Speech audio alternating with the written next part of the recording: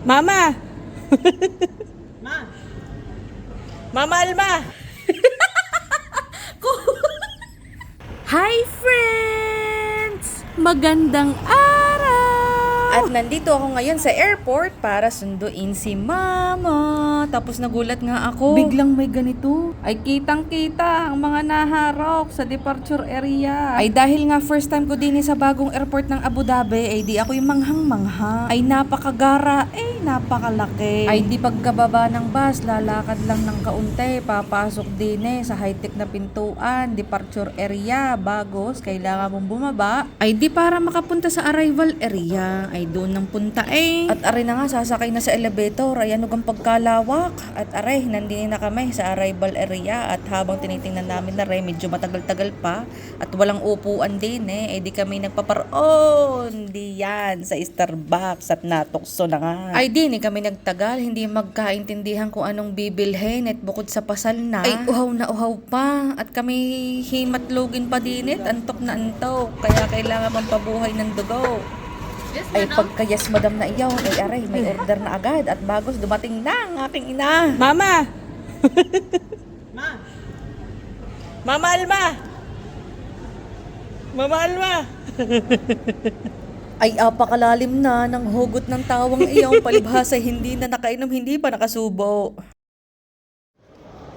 Kaka-order lang namin Kaka-order lang namin. Din. At sa wakas, finally, nandini na naman si Alma Saron sa Abu Dhabi. Buksi. Yon. oh my God. It's so Room tour, room tour.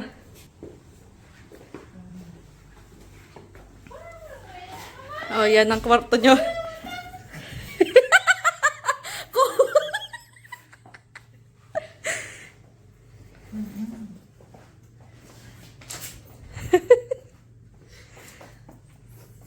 Boxy ang cabinet nyo. wow. Hindi.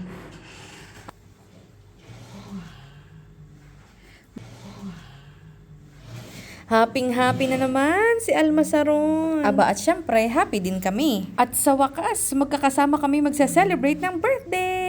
Birthday ni Mama, birthday ni AC, birthday ni Papa Jesus, and birthday ko. Sa totoo lang, hindi ko na alam ang sasabihin ko din sa voice over na at hindi ko din lubos maisip na ari nga pala yung nangyayari na. After all the puyat, the stress, the hard work. Ala, hindi ko na itutuloy, baka makaiyak pa din Kapatid, anong nararamdaman mo? Nandito na si Mama. Happy! Ma, ikaw, anong pakiramdam mo? Nandito ka na uli. Tugudug. Salamat sa panonood. Bye, friends!